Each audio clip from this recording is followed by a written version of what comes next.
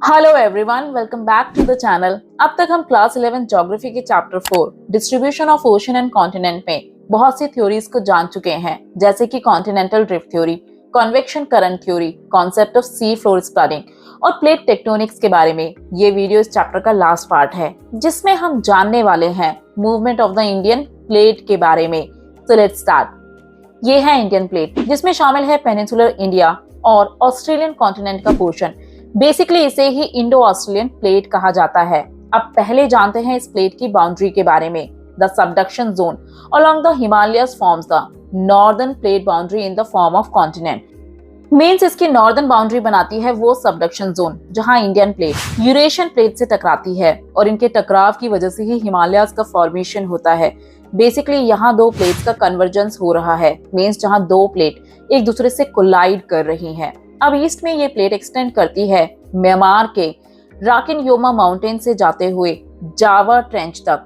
यहाँ हम कह सकते हैं कि पैसिफिक प्लेट का वेस्टर्न मार्जिन इंडियन प्लेट से टच करता है।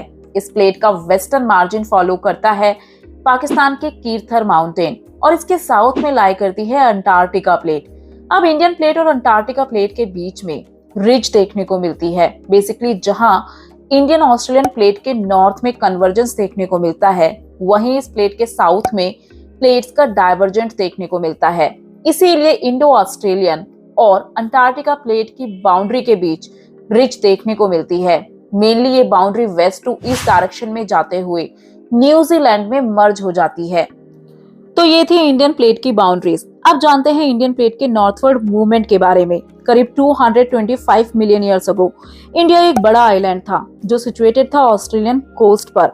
कॉन्टिनेंटल ड्रिफ्ट थ्योरी में इसके बारे में ऑलरेडी जान चुके हैं, जिसमें हमने बात की थी कि अल्फ्रेड वेगनर के अकॉर्डिंग पहले सिर्फ एक ही कॉन्टिनेंट था, पेंजिया। देन ये पेंजिया दो पार्ट्स में ब्रेक हो जाता है, जिससे बनता है लोरेशिया और गोंडवाना लैंड, और इंडो ऑस्ट्रेलियन प्लेट इसी गोंडवाना लैंड का पार्ट थी। मेनली ऑस्ट्रेलियन कोस्ट के पैरेलल था इंडियन आइलैंड, और मेनली इंडो ऑस्ट्रेलियन और एशियन प्लेट के बीच में लाया करता था टेथिस सी।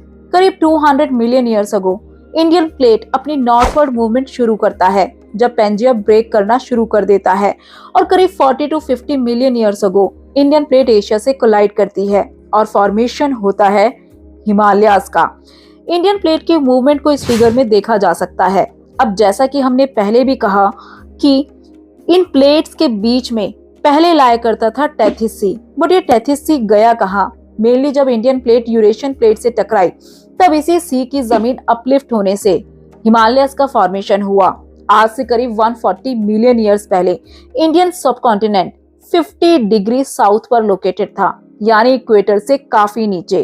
इंडियन प्लेट का यूरेशियन प्लेट की तरफ मूवमेंट के दौरान एक और मेजर इवेंट हुआ। जैसे कि हम पहले भी जान चुके हैं कि हमारी अर्थ में अलग अलग जगह पर हॉटस्पॉट होते हैं जहां कन्वेक्शन करंट ज्यादा फ्लो करते हैं, जिस वजह से इन रीजन में वोल्केनिक इरप्शन ज्यादा होते हैं।